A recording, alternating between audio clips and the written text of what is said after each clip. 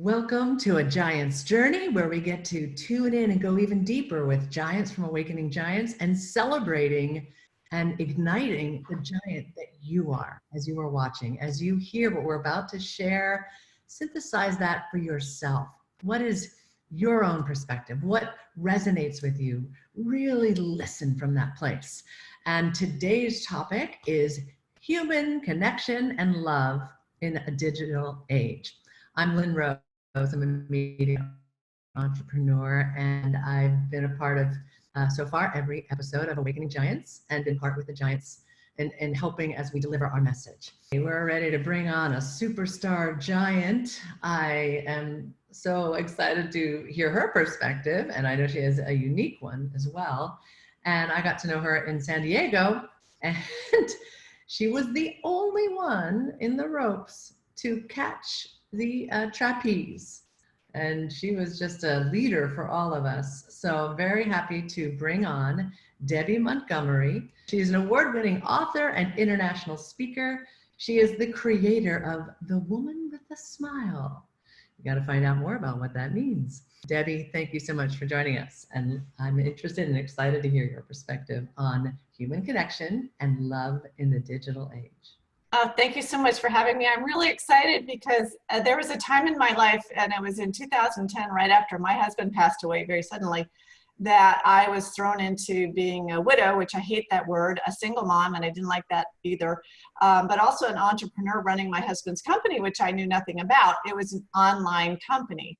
And so I had to find out how to run it. And as I was doing that, I became very much isolated in my home. And my social connection with people was limited. And most of it was when I would go to the swimming pool to take care of myself physically. And it allowed me to swim, and people have heard this before, but I used to cry in the pool. I was around people, but I wasn't really with them. I wasn't with them connected to the heart. And so about 6 months after Lou died, my girlfriends are like, Deb, you need a life. You've got to get out. You've got to do stuff. And honestly, I was a little bit scared. And I heard the other day someone said, Fear and I had a breakup. That was Janelle Anderson, another one of our gals. And when I heard that, I'm like, you know what? I feared trying to get out of my home and socialize again, because I wasn't a drinker. I didn't go to bars, and I had very wholesome things I did, but I also found that at this time I wasn't part of the family group anymore. I wasn't part of the singles group. I didn't want to be part of the singles group. And the group that I did connect with were my old men friends whose wives had died, and I was kind of like their daughter. That was my human connection. But that was even limited. And so when my girlfriend said, try online dating, I was like, oh, I don't know, you guys, I'm a little bit trepid about this. And so I dipped my toe in, and I was very careful. At least I thought it was. I felt the online presence was safe. I mentioned it to my mom, and one of her 70-year-old friends had met her husband online. And I'm thinking, oh my gosh, if she can meet somebody and all my girlfriends had met somebody, then I can. And I felt very safe about it. And again, this was in 2010. So I kind of dipped my toe in, and I looked for a faith-based site, looking for like-minded people, like-hearted people. And I went in, and I didn't have a buddy to help me. I thought I put up the perfect profile with good-looking pictures, but I got to tell you that some of the men that were out there were just not what I was looking for. They didn't know how to write well, or at least didn't come across well. Their pictures were not so perfect. It's not like that gorgeous picture that you see on Facebook these days. Until one guy came on, and he was very handsome. And he was an international businessman, and his profile was extraordinary. He could write really well. And so we connected on the dating site for a short period of time. And then he was traveling. So he said, Deb, let's move over to Yahoo Chat. I was very technologically challenged at that point. And so he stepped me through from the safe website to Yahoo Chat, which was great because it was instant messaging at any hour of the night. And what I loved about our online connection was I was able to write. I wrote for hours. We talked to each other almost every day, and I was able to spill my heart out by writing to him. And it was extraordinary. It was therapeutic for me to get my whole story out. I actually have 4,000 pages of journal from that 2-year relationship.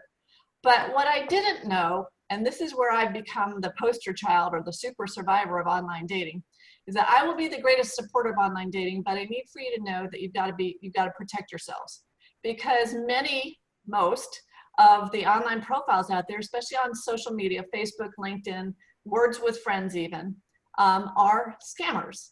And we don't know that. We go into these online things trusting with our heart, because we want people to be good and kind and supportive.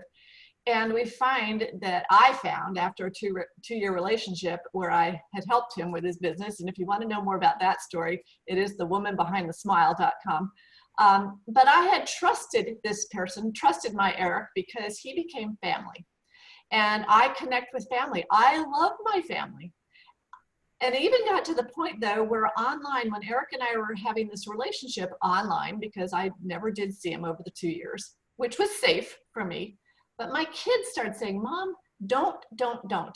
And when you hear that, I was like a 2-year-old. I was like, I'm the adult here, leave me alone. And so I pushed my kids away. My best friend said, Deb, be careful. I'm not quite sure. You haven't seen him. Leave me alone. Leave me alone. And so she backed off because she didn't want to lose me as a friend. But he became my all. He isolated me again from my friends and family. And this is what we want to be careful. Internet connection, online connections are wonderful. I mean, look what we're doing today. We've met extraordinary people around the world online. But be careful to trust your heart over your head, because that's what I did. I wanted my heart to be filled up. And I learned a lot from my online relationship. I healed from the inside out because of the writing that I did. He listened. And those online scammers are trained to listen, and they're trained to tell you what you want to hear. And even though I thought I was in control, I don't know that I was. My safety zone back here was saying, oh, he's going to take care of you. He's going to come home and things are going to be great. And my gut, which might have given me some yellow flags, I totally ignored. He rationalized everything for me. And I thought, you know what? He's a good guy. He's got a family. Got to know here's a great connection. I got to know his son. I got to know his sister. I got to know his attorney, all through Yahoo chat. And as we heard before, when it's online like that, or when it's texting, you miss the emotion. You create the emotion that you want. And I wanted to have that 7-year-old boy, and I wanted to have that new sister-in-law. And so I built up, I'm sure in my mind now, this great family. But all in all, what I want you to be careful of is you don't have to be friends with everybody on Facebook. You don't have to have 5,000 friends. They're not going to be your friends. You need to discriminate in who your friends are. You need to look at their profiles carefully. Look to see who their friends are if you can. Look to see who they follow, because those tricks will come out. You'll see something that doesn't seem right. Read their posts. Read the last time they posted. And then again, secure your own profile. This is really important. Secure your profile, because when a scammer puts a picture up, it's a stolen picture. He's impersonated somebody. You'll see that with military guys or really good looking people. They could be models. They could be Lynn Rose. If you go and Google your own name, you'll probably see your name. You Google the man's name. Here's another trick. Go do a reverse search for his photo. Because if he's a scammer, it's going to show up somewhere else. And they know that now. So be aware of what's out there. Just be careful to protect yourself first.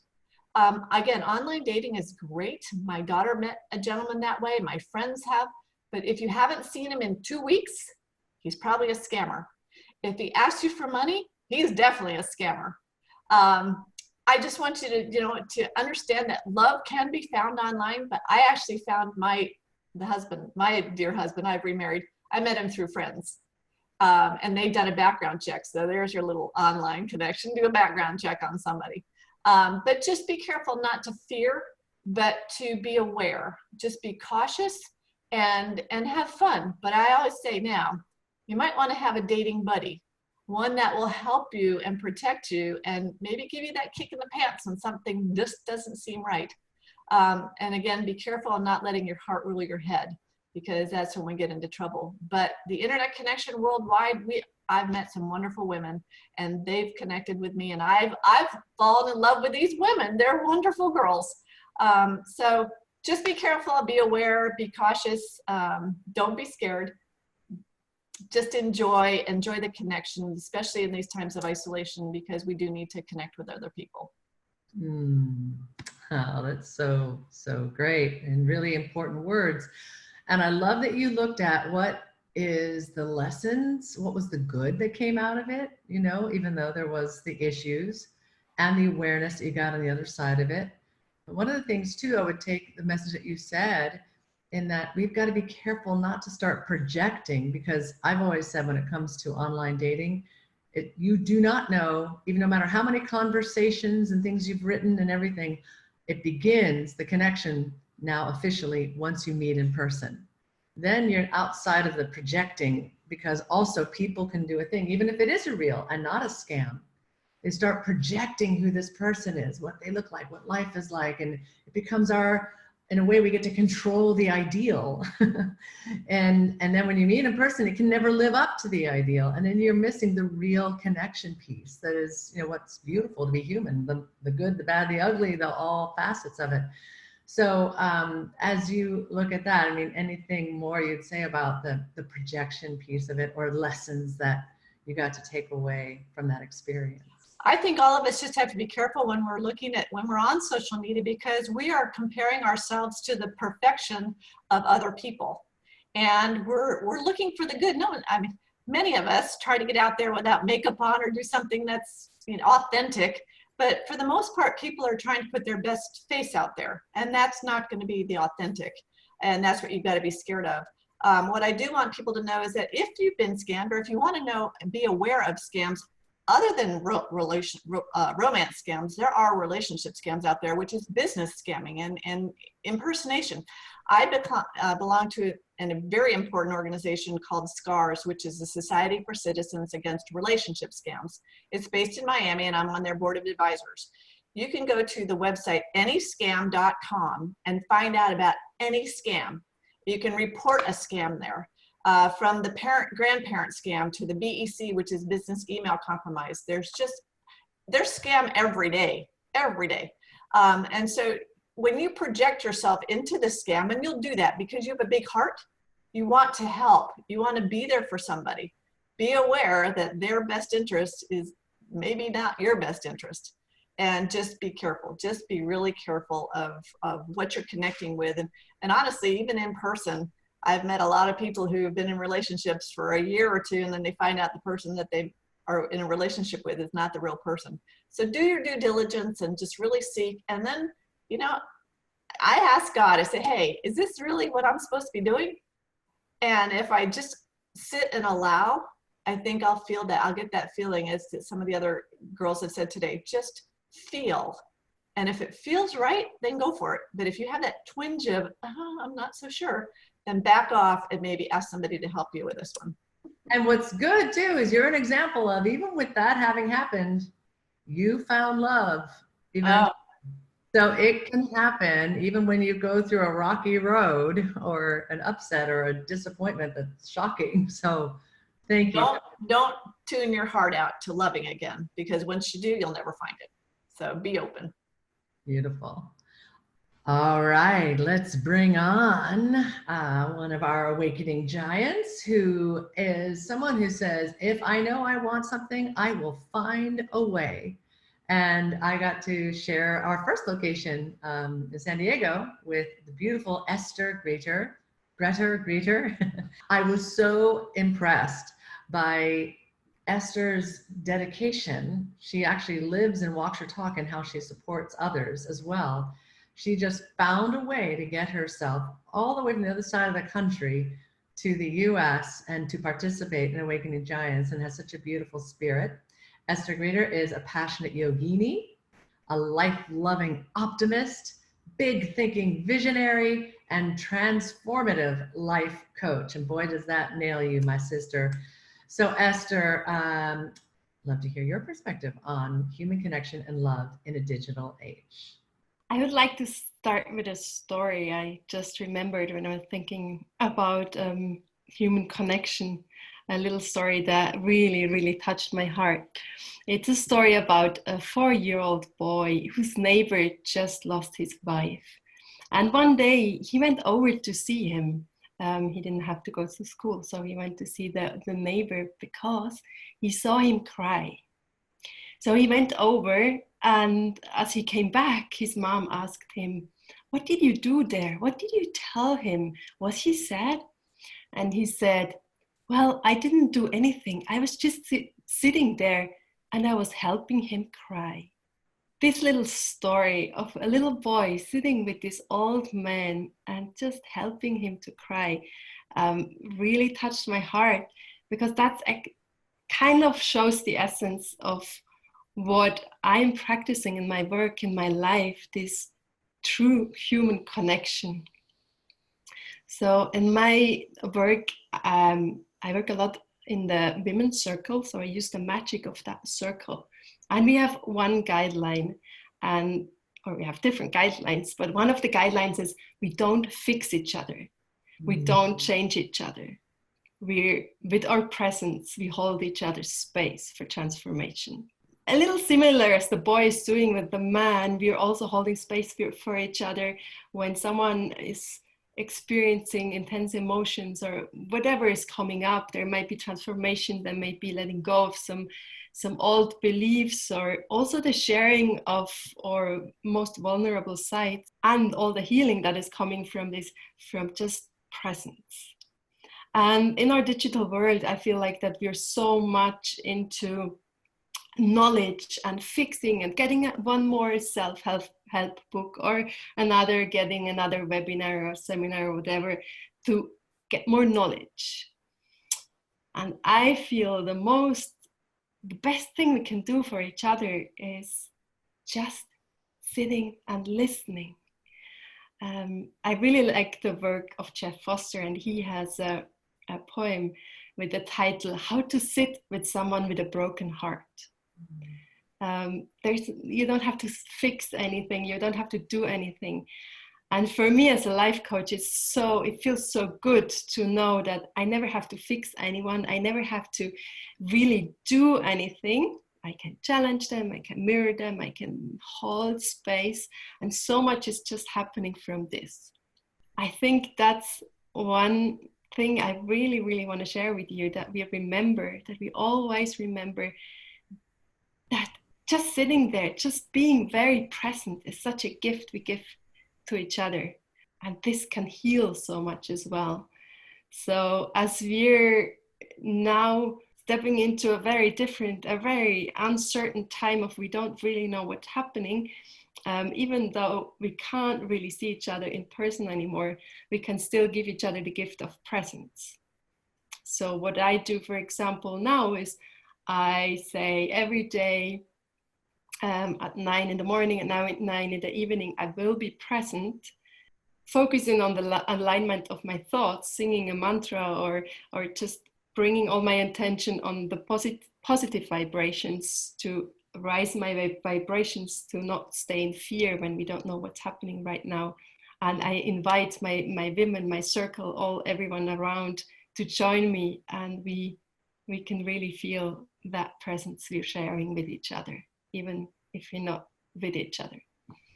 So that's the gift I want to give today to you, the gift of presence, and inspire you to maybe say less and listen more.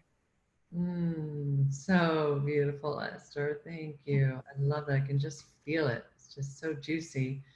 And it reminds me of, when we've seen friends, and I've been that person as well, which I'll share my side in a moment, but where someone may be posting about something hard they're going through, or a challenge, or what's coming up, and then their community rallies behind in the comments, basically holding presence, listening, supporting, reflecting back, and getting that support. And that's just digitally online. We can be with each other in that way. I love what you do with the women's circle now, because of this time that's uncertain and the coronavirus. Are you translating that digitally? So like to Zoom, or one way to have the circle still just like we are here, but just in our own homes? Yeah, totally. I have now, I've always played a little bit online and done some stuff, but now yes, we are moving into Zoom meetings and Facebook meetings, whatever we have. But yeah, we do translate, because one of the things with my yoga classes, with my women's circle, is now is the time to practice. So we never stop practicing, whatever happens. Like my meditation teacher, he went to jail because they were not allowed to practice yoga, and they still did it, and then they did it in jail. So for me, it's like, if you have your practice, if you have your mission in life, nothing can stop you. As we heard before, if you can breathe, you can basically meditate, you can be present. I love it. And nothing can stop you. You were such an example of that when it came to Awakening Giants, no less. It's incredible. Thank you, Esther. Thank you. All right. Wow. Well, now it is my turn. And I am an Awakening Giant. I'm Lynn Rose. I'm a media entrepreneur. I also was the media trainer and of support for the Giants in each of the locations. And I have two companies, a speaking training company and a company that helps experts launch or up-level their presence online. And I do big events, which is actually where my juiciest is, being live, but doing big events, speaking on business motivational speaking and inspiration. And I'm a singer, so that's a lot, but it all can translate online. And I've been loving hearing everyone's perspective and different ways we translate that through our own experience, and you listening, what your own experience is. And one of the things I'm so excited with the platform that we are releasing, and what I love about Awakening Giants as well, because we can use this technology to amplify who we are, to expand who we are, to really deepen the connection. It doesn't have to lessen the connection because it's online. And just like any technology, it brings out the best of us and the worst of us. So we already know the worst of us, where that is the trolls or the scammers like we heard Debbie talk about, or the people who will shame and blame and attack each other online, and bullies online, or even the incredible disinformation and misinformation that unfortunately has led to, you know, so much suffering, if you will. Well, that's the worst of us, but the best of us, and it doesn't get talked about as much. But when you think about social media, and I know this because I've been, I like being kind of, what would you call it, a forerunner. I kind of like see what's coming in technology and jump on right away. I was on day one of Periscope, which was a live streaming app, it still is, and Facebook Live and all of these technologies. And back in 2010, I was approached by the silent investor of Twitter to create a video about using your voice for good in social media. And in that process, I learned so much that I had no idea what was going on, and the degrees to which this way that now everyone on the planet has a voice and can be heard. Whether you are in Africa, you're in India, you're in Iraq, you're in Australia, you're in the United States, you're in China, everyone has a voice that can be heard. And we can use that voice for good, or we can use that voice in some of the ways I kicked this off with. But what's so beautiful is what's been able to happen because of these interconnected ways. And in Egypt, for instance, in Egypt, if you remember, it was through social media that it was organized, the revolt that happened in Egypt, and got to bring back the government back to the people.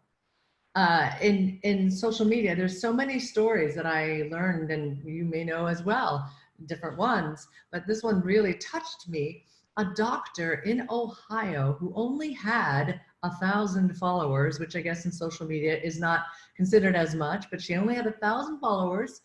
And she was an oncologist, so she was working with cancer patients, and her dying cancer patient, her dying wish, she had bone cancer, her dying wish was to dance on the Ellen Show while she could still stand before she could die. And she just put that out on her social media, said, anyone have any way we can make this happen, or any connection or whatever? And it got legs. People spread it, put it out, it grew, it went viral. And next thing you know, that patient was flown to Los Angeles and danced on the Ellen Show with Ellen. Now that's just a small little thing. There's so many things that have happened where social media, because we are interconnected digitally that way, in the time of Haiti, in the earthquake, they were able to get military aid to areas through what they put out on Twitter, where military communications weren't even as effective. And it goes on and on, from homeless to reuniting people to new friendships made. Now, for me, I'm a very social person. Actually, I'm finding I don't feel that isolated, because I get to still have this connection with those that I love. A friend of mine threw her birthday party online, and it was a dance party, and we were all dancing together.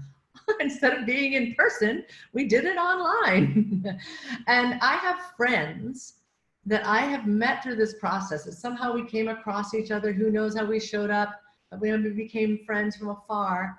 And we even say, I love you. We have developed this relationship over the years, and yet we've never met. And yet we might have mutual friends that I know in person, but it's so stunning what is possible if we allow it and we trust it and we take advantage of it. Like Angela said, Marco Polo has, if you know what Marco Polo is, it's an app. I don't know if it's around the world. It sure is here in the United States. And Marco Polo kind of lets you do video messages, like Voxer does audio messages back and forth and tracks them and has them on a ongoing cloud and very easy to access. Marco Polo allows you to do video messages like that and other ways to share. And it's brought my family so much closer together, because we'll just drop off these messages, or friendships completely deepen because we're all in our busy lives. How can we find time that can both work on both schedules to get on the phone and be with each other, which is great when you can, but to have this capability to keep the connection alive and, if anything, amplified and growing. So human connection and love can be translated through this digital process. And in fact, even found, as we heard, like through Match. I have friends that I had, in fact, one that I've done a lot of business with. It's one of my dearest friends. And I met him back in 2000, the year 2000, when online dating had just kind of started. And I have to remember that I initially met him through online dating. It didn't work out to be dating, but we became and stayed friends. And we have this incredible connection. And we've been friends mostly from afar since that time. But that can keep that connection alive.